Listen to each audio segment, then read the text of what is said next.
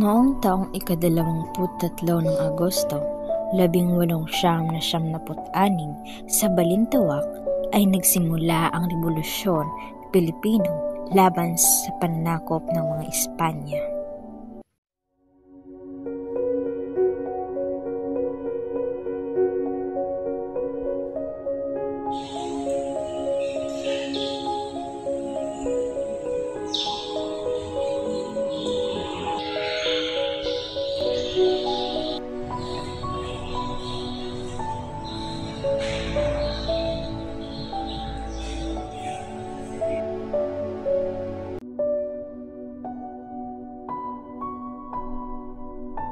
Nakakawa nyo na, Padre. Tinapuan ng malarya ang anak ko. Hindi po ba makuha ang sahod ko? Labis na po ang pagpapahirap nyo sa amin. Anong klaseng Panginoon ang meron kayo? At walang halaga ang buhay namin para sa inyo. Sino ka para hamulin ang pamamalakad ko? Sinabi ko hindi pwede. Yun na po. Ang tangan ako. Sipagkwenta! Ikaw lang ang demonyong to! Ikaw ang demonyo. Ang gagaasa. Mamamatay tao.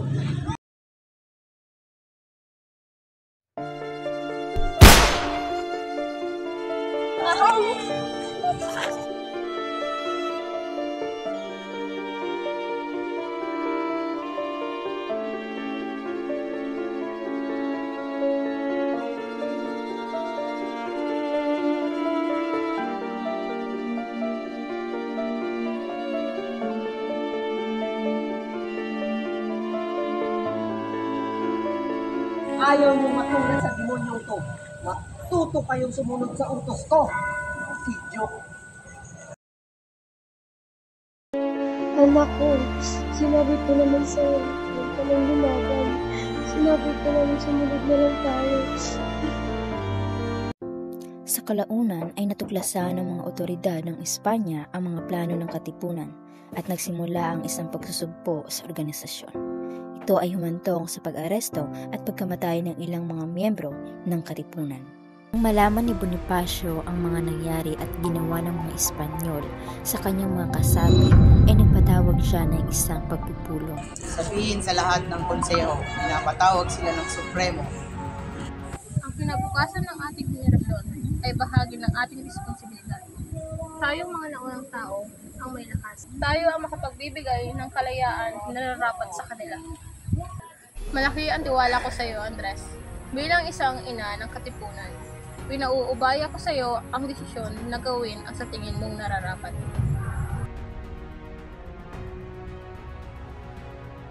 Napakarami na ang naging biktima ng mga Espanyol at mas marami pa ang mamatay kapag hindi natin pinigilan ang kanilang pag-aapi.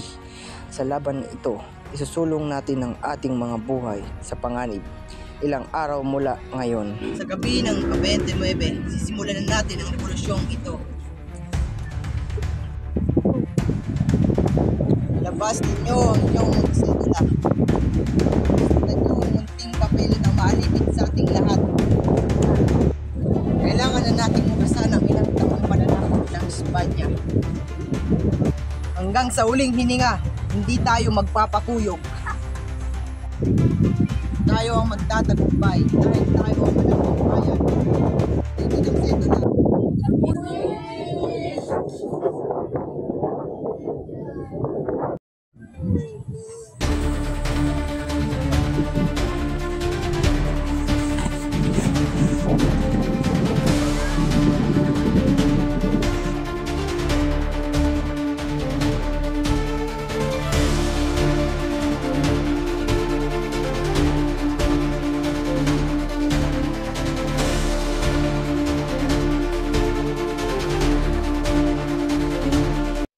Ang sigaw ng revolusyon ay isang mahalagang kaganapan sa kasaysayan ng Pilipinas na nagbigay inspirasyon sa mga Pilipino na lumaban para sa kalayaan mula sa pamamahala ng Espanya. Ito ay nagresulta sa pagtatag ng unang Republika ng Pilipinas. Ngunit nagdulot din ng mahaba at madugong labanan.